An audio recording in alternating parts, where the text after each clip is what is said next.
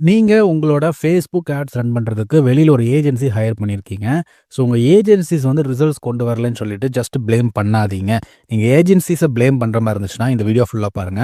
Agencies வந்து work பண்ணும்போது, நீங்க குடுக்குற டேட்டா பேஸ் பண்ணி அவங்க கான்டென்ட்ட கிரியேட் பண்ணுவாங்க. நீங்க குடுக்குற இன்புட்ஸ் அந்த கிரியேட்டிவ்ஸ் என்னென்ன இருக்கோ, பிக்சர்ஸ் ஆகட்டும், வீடியோஸ் ஆகட்டும், உங்க ப்ராடக்ட் ஆர் சர்விஸ் பத்தி நீங்க எவ்வளோக்கு எவ்வளோ அவங்களுக்கு குடுக்குறீங்களோ, அவ்வளோக்கு அவ்வளோ உங்க ரிசல்ட்ஸ் கொண்டு வர ட்ரை பண்ண முடியும்.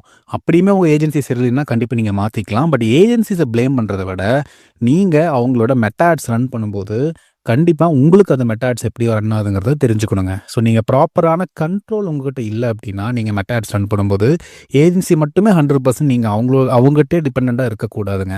So learn how to control Meta ads. அப்பதான் உங்க ஏஜென்சிஸ்க்கும் நீங்க இன்புட் குடுக்க முடியும். மெட்டா ஆட்ஸ் பத்தி மேலும் டீட்டெயிலா தெரிஞ்சுக்கணும்னு நினைச்சீங்கன்னா, என்னோட பயோல லிங்க் குடுத்துருக்கேன். அத கிளிக் பண்ணி தெரிஞ்சுக்கங்க. இன்னும் இந்த மாரி இன்ட்ரஸ்டிங்கான digital marketing and Meta ads பத்தின அப்டேட்ஸ் வேணும்னா, Instagramல அபிலேஷ் டிஜிட்டல் மார்க்கெட்டிங் ப்ரொஃபைல ஃபாலோ பண்ணுங்க. YouTubeல அபிலேஷ் அப்படிங்கிற சேனல சப்ஸ்கிரைப் பண்ணுங்க. Thank you.